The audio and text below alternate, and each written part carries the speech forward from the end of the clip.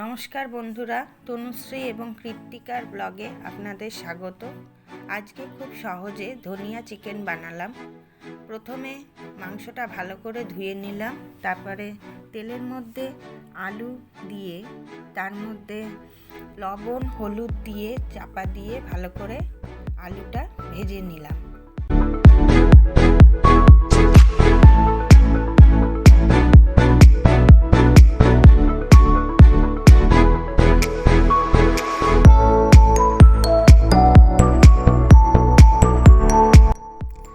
আলু ভাজা হয়ে গেলে আলুগুলো থালায় তুলে নিলাম।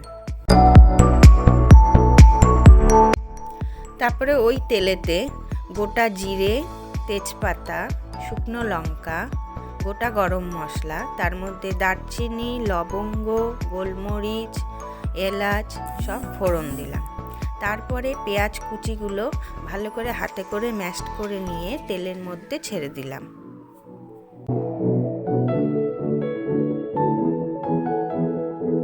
তারপর পেঁয়াজগুলো যাতে তাড়াতাড়ি নরম হয়ে যায় তার জন্য ওর মধ্যে লবণ দিয়ে ভালো করে পেঁয়াজগুলো ভেজে নিলাম।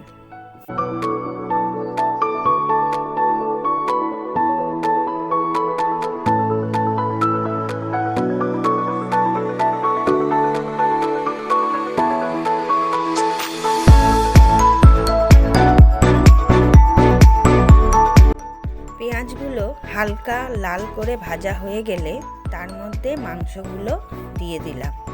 তারপর সেগুলো ভালো করে নাড়িয়ে নিলাম। মাংস আর পেঁয়াজ তেলের মধ্যে ভালো করে কষিয়ে নিয়ে তারপর চাপা দিয়ে দিলাম।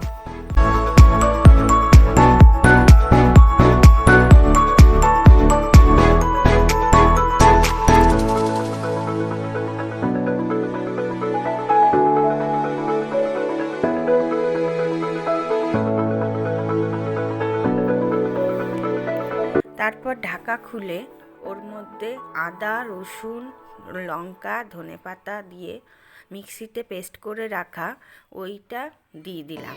দিয়ে ভালো করে মাংসর সঙ্গে মশলাটা কষালাম। তারপর গুঁড়ো মশলা, জিরে গুঁড়ো, হলুদ গুঁড়ো, লঙ্কার গুঁড়ো আর হালকা একটু লবণ দিয়ে মাংসটা তেলের মধ্যে খুব ভালো করে কষিয়ে নিলাম। কিছুক্ষণ পর কাঁচা টমেটো হাতের মধ্যে একটু ম্যাশ করে নিয়ে ওই মাংসের মধ্যে দিয়ে আবার মাংসটা ভালো করে নাড়িয়ে নিলাম। নাড়িয়ে নিয়ে তারপর চাপা দিয়ে দিলাম।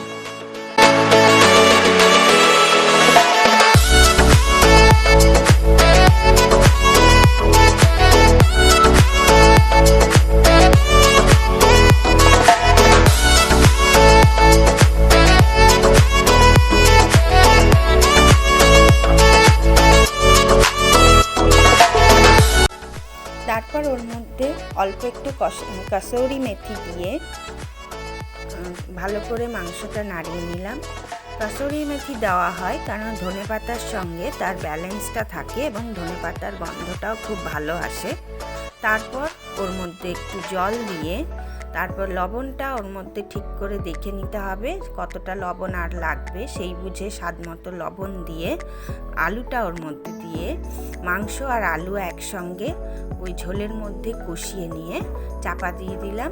যতক্ষণ না মাংস আর আলু দুটোই সমানভাবে সেদ্ধ হচ্ছে ততক্ষণ ধরে চাপা দিয়ে সেদ্ধ করলাম।